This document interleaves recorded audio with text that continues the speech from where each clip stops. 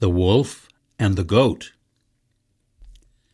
A wolf had hunted all day long, but had found nothing. At last it saw an old goat at the top of a very steep cliff. The goat was old, and probably its meat was very tough, but it would be better than nothing. "But how can I get it?" thought the wolf. "If I start to climb the cliff, the goat can very easily run away." Then the wolf got an idea. "Goat, come on down here. It's much safer and the grass is much greener and tastier." The goat, however, was old because it was also wise, and it understood the wolf's purpose. "Thanks very much for your suggestion," said the goat, "but I think I'll stay here. I'm afraid it is your dinner that you are thinking about, not mine." The Wolf and the Crane. A wolf was eating its dinner one day when a piece of bone got stuck in its throat. It was quite painful, and so it went to its friends for help. It said, "I will give anything to anyone who helps me." No one could help the wolf. So the wolf ran to the shore of a pond and found a crane fishing for frogs. It begged the crane to help, and at last the crane agreed to try. The wolf opened its mouth wide, and the crane put its long beak and neck into the wolf's mouth. The crane found the piece of bone and carefully removed it from the wolf's throat. "Now, what is my reward?" asked the crane. The wolf grinned and said, "You put your head inside a wolf's mouth, and you still have your head. That is your reward." The Fox and the Stork. One day a fox invited its friend, a stork, to come to its house for dinner. The fox cooked a delicious soup, but it decided to play a trick on its friend. It served the soup in a flat dish, so the stork could only sip a little at a time with its long pointed beak. Meanwhile, the fox quickly lapped up the soup with its tongue. The polite but angry stork thanked the fox and went home. A little while later, the fox received an invitation from the stork. The stork prepared a nice dish of chopped meat.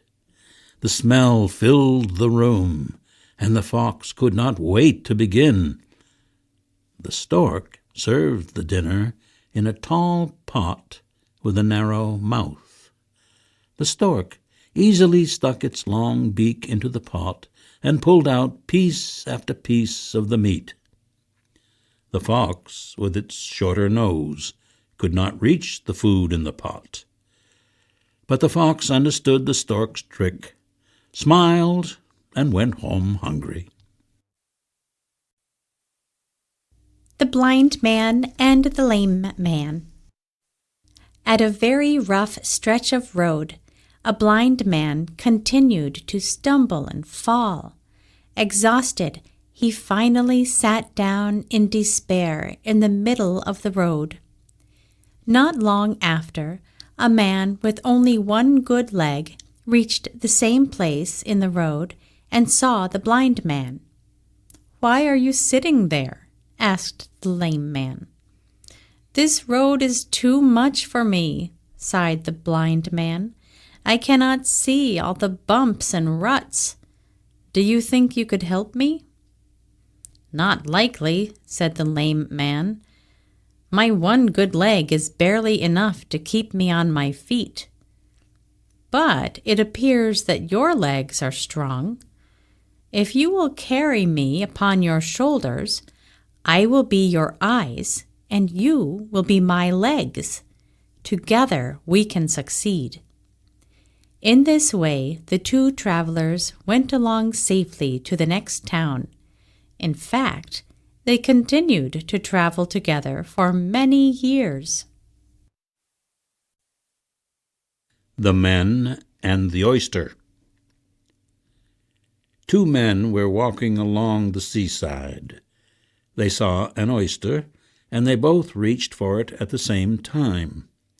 One pushed the other, and very soon they were in a heated argument. They both wanted the oyster.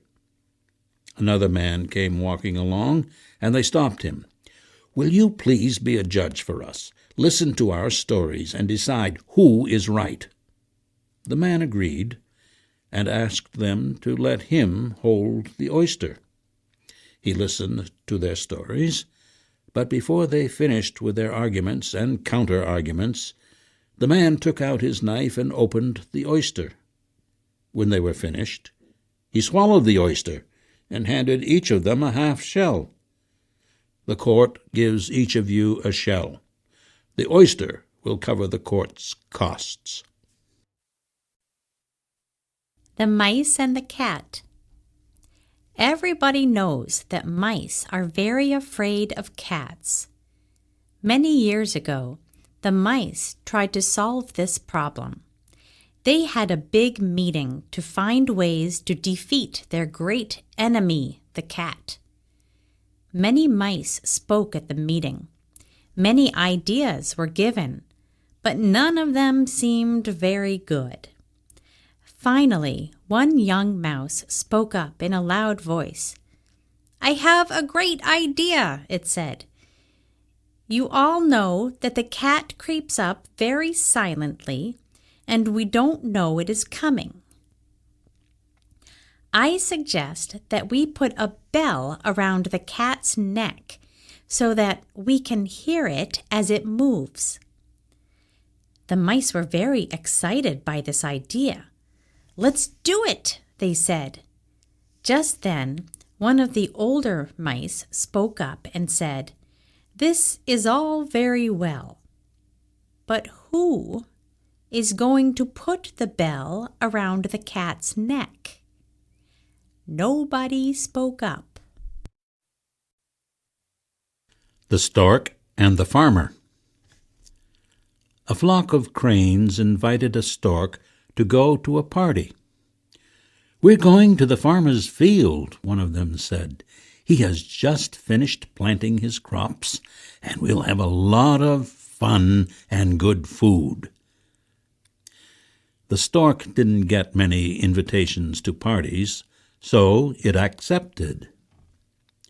The unfortunate birds did not realize that the farmer had hidden a net on the field. One by one, they all got their feet tangled in the net. Then the farmer appeared. The stork called to the farmer, "Oh, sir, please let me go. You can see I am a stork, and I do not belong to this group of thieves. I only came here for fun. I didn't know they would try to eat your crops." "I see that you are a stork," the farmer said, "but I caught you with thieves, and you will be treated as a thief." The Travelers and the Bear. 2 travelers were on their way through a forest when they met a bear. The bear growled and started after them. There was a tree with some low branches near the men. One of the men started climbing the tree without looking back or helping his companion. The other man did not have time to follow. He fell at the foot of the tree, held his breath, and lay still. The bear came up to the man lying on the ground and sniffed at him, but it thought the man was dead. It went away. The other man came down from the tree and said to his companion, "I saw the bear whisper something in your ear. What did it say?" The bear said, "In times of danger, you find out who your real friends are." replied the other traveler. The Bee and the Fly. A bee, sitting atop its hive, noticed a fly hanging around. With an angry buzz, it said to the fly, "What are you flitting around here for? Don't you know this is the home of the noble and busy bees?"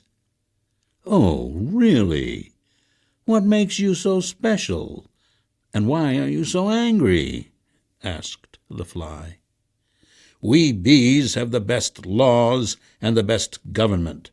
We feed upon nature's beautiful flowers, and we produce nature's sweetest food, honey.